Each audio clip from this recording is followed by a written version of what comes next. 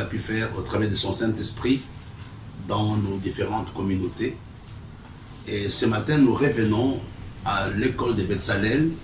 J'ai eu beaucoup d'appels, j'ai eu beaucoup d'observations par rapport au message qui a été donné. Comme Joseph, ce matin, on va lire le même texte dans le livre de Genèse, chapitre 30. Ça, vous pouvez le retenir par cœur. On commence à partir du verset 22. Dieu se souvint de Rachel, il l'exauça et l'a rendue féconde. Elle devint enceinte et enfanta un fils. Elle dit, Dieu a enlevé mon opprobre. Et lui donna le nom de Joseph en disant, que l'Éternel m'ajoute un autre fils. Lorsque Rachel eut enfanté Joseph, Jacob dit à Laban, laisse-moi partir pour que je m'en aille chez moi dans mon pays. Rappelez-vous, frères et sœurs, qu'à un certain moment, quand il y a eu des problèmes dans la maison de Jacob, dans la maison d'Isaac, il fallait que Jacob puisse s'enfuir au pays de Laban. Laban était le frère de Rebecca.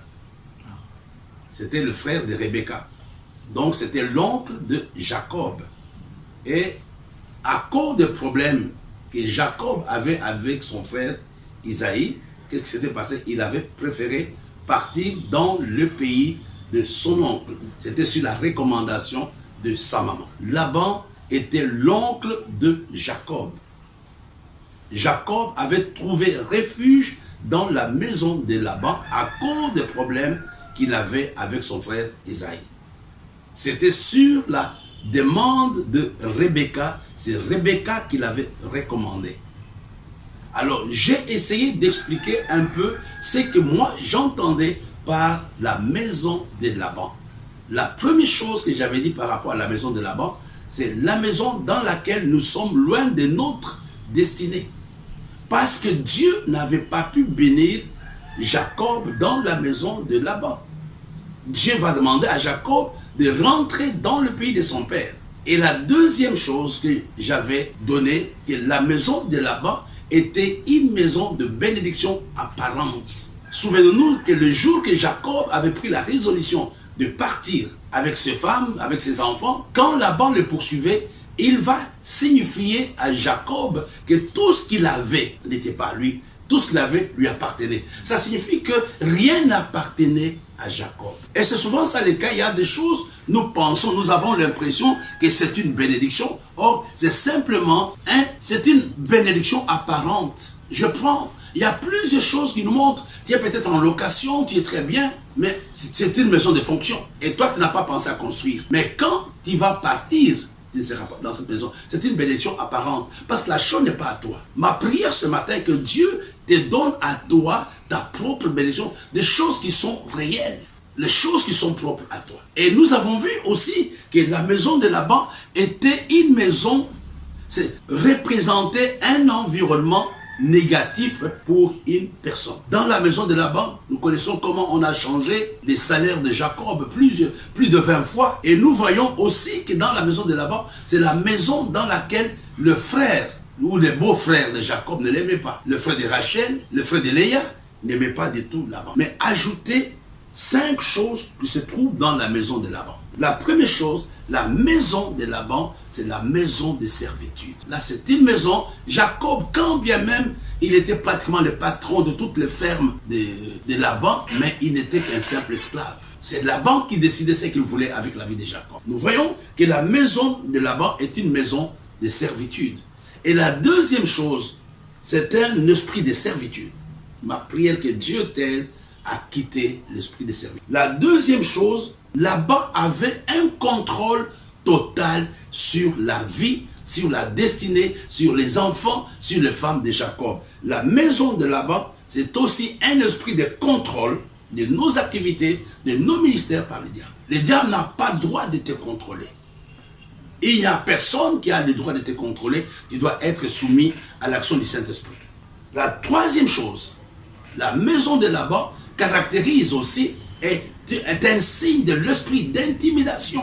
Nous voyons le jour que Jacob avait décidé de quitter la maison de Laban, son beau-père Laban l'avait poursuivi. C'est une maison d'intimidation. Et la quatrième chose, c'est une maison de domination. Non seulement Jacob était intimidé, mais Jacob était aussi dominé. Et nous voyons comment le beau-frère de Jacob, de Joseph, de Jacob plutôt, le regardait leur beau-frère avec mépris.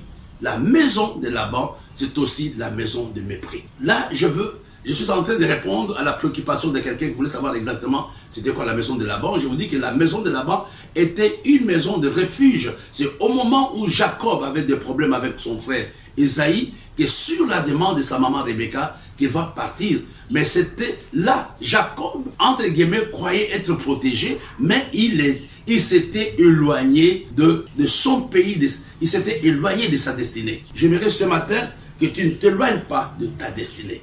Quels que soient les problèmes par lesquels tu peux passer, ne tends pas ta main vers l'iniquité. Quels que soient les problèmes par lesquels tu passes, ne rentre pas dans le monde. Les choses que le monde nous propose, ce sont des choses qui semblent être bonnes, mais tôt ou tard, nous payerons ce que le diable ne peut rien te donner sans payer en retour, sans te prendre en retour quelque chose. Et je voudrais ce matin t'encourager à dire, je ne vais pas être dans la maison de Laban. Revenons au message. La naissance de Joseph va révolutionner la façon de voir de Jacob. La Bible nous dit, au verset 25, lorsque Rachel eut enfanté Joseph, Jacob dit à Laban, laisse-moi partir pour que je m'en aille chez moi dans mon pays.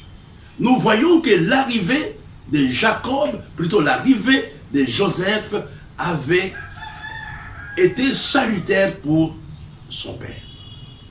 C'est au moment de sa naissance que Jacob se décide de quitter la maison de Laban. La naissance de Joseph avait brisé la servitude qui était déjà dans la maison de son père.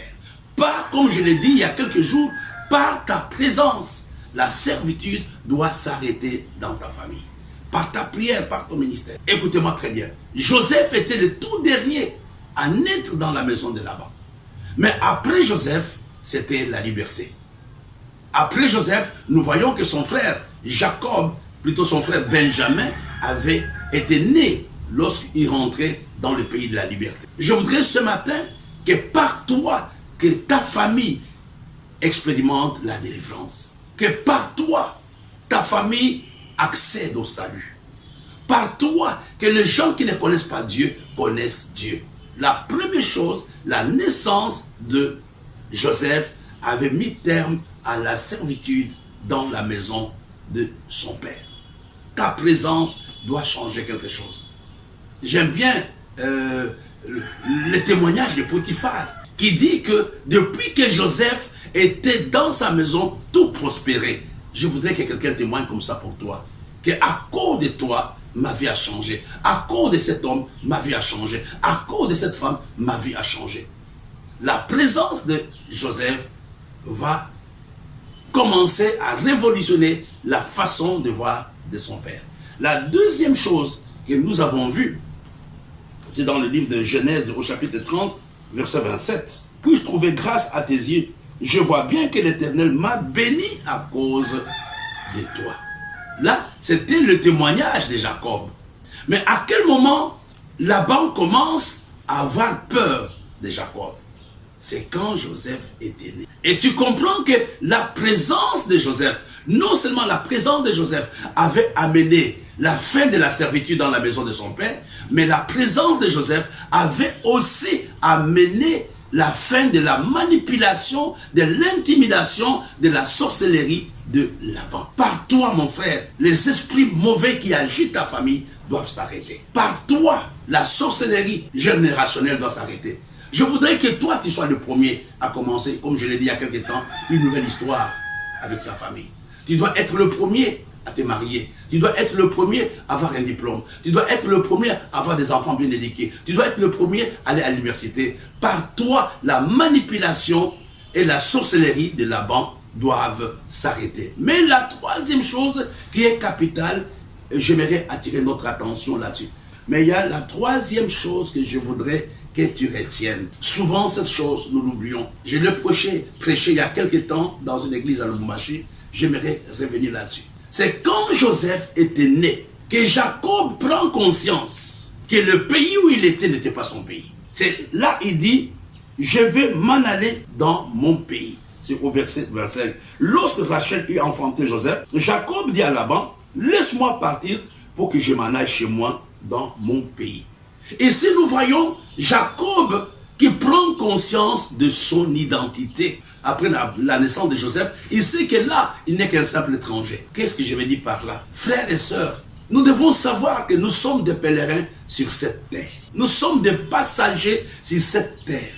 Un jour, nous laisserons cette terre et nous allons rentrer auprès de notre Créateur. Je ne veux pas qu'on soit seulement aujourd'hui focalisé sur la réalité, sur les bénédictions passagères, sur les choses qu'un jour nous allons laisser, mais nous devons aussi, mes frères et sœurs, penser à notre éternité. Joseph amène les gens à prendre conscience qu'ils sont de pèlerins sur cette terre. Aujourd'hui, on en parle très peu. Aujourd'hui, on parle du succès. Aujourd'hui, on parle de la réussite. Aujourd'hui, on parle du parler en langue. Aujourd'hui, on parle de la bénédiction matérielle. J'ai autant le char automobile. J'ai autant. Est-ce que tu sais où tu passeras ton éternité? La parole de Dieu déclare, à quoi bon de gagner le monde entier si on doit perdre son âme? La venue de Joseph dans la maison de Jacob va amener son père à réaliser qu'il était pèlerin. Nous venons d'avoir un très bon week-end de Pentecôte. Mais aujourd'hui, je voudrais que tu t'arrêtes pour savoir que tu n'es qu'étranger sur cette terre. Nous devons prendre conscience qu'un jour, nous aurons des comptes à rendre auprès de celui qui nous a créés. Les Joseph, ce sont aussi les gens qui sont les transporteurs de la bonne nouvelle. Ce sont les gens qui amènent leur famille, leur nation à se réconcilier avec le Seigneur. La naissance de Joseph va amener Jacob à prendre conscience que le territoire dans lequel il était, quand bien même il était béni matériellement, quand bien même il avait beaucoup de choses, Jacob a dit, ici, ce n'est pas chez moi. Cette terre n'est pas notre demeure définitive. Un jour, nous allons quitter. Il y a tellement de choses qui se passent autour de nous, ça devrait nous arrêter un moment penser qu'il y a l'éternité. L'éternité est une réalité. L'enfer est une réalité. Le ciel est une réalité. Nous sommes des leaders. Même si nous prêchons, c'est vrai, on ne doit pas simplement mettre l'accent sur les choses que nous allons laisser un jour, mais on doit préparer les gens à rentrer. Prépare-toi à la rencontre de ton Créateur, selon le livre d'Osée. Je voudrais m'arrêter par là ce matin. Il y a, comme Joseph, le sous-thème de ce matin, je parlais de la naissance, des avantages, la bénédiction de la naissance de Jacob, de Joseph, dans la maison de son père. Trois choses. C'était la fin de la servitude. Tu dois mettre fin à la servitude de ta famille. La deuxième chose, c'était la fin de la manipulation et de la domination de Laban. Par ta prière, par ton ministère, tu dois arrêter la sorcellerie, les envoûtements, les chants, les enchantements qui sont en train de détruire ta maison, ton mariage, ton ministère. La troisième chose, la naissance de Joseph nous amène à prendre conscience de qui nous sommes, savoir que nous sommes des pèlerins. Un jour, nous quitterons cette terre et nous allons rentrer auprès de notre Seigneur. Nous sommes ici, mes bien-aimés, en train de nous préparer pour rencontrer un jour notre Créateur. Malgré le succès de Jacob, il a compris que ce n'était pas chez lui. Cette terre ne t'appartient pas. Tu es là pour un temps. C'est vrai, prêche la prospérité, prêche l'argent, prêche les mariages, mais amène les gens à se préparer aussi à rencontrer le Seigneur. Que Dieu vous bénisse. Ça a été un plaisir d'être avec vous ce matin. Nous allons prier. Seigneur, nous voulons seulement nous recommander à toi ce matin. Nous te demandons de nous faire la grâce, de nous préparer un jour à te rencontrer. Nous voulons prendre conscience que nous sommes des pèlerins sur cette terre. Et un jour, nous allons tout laisser pour revenir auprès de toi. Fais-nous la grâce d'être prêts à tout moment quand tu vas nous appeler. Que le message de ce matin aide mon frère qui est dans la servitude. Que le message de ce matin aide ma soeur qui est manipulée par les puissances du monde invisible. Que le message de ce matin aide mon frère à prendre conscience qu'un jour qu'il va quitter cette terre et qu'il va rentrer auprès de toi. Dans ton nom, nous avons prié. Amen. You make my life feel brand new.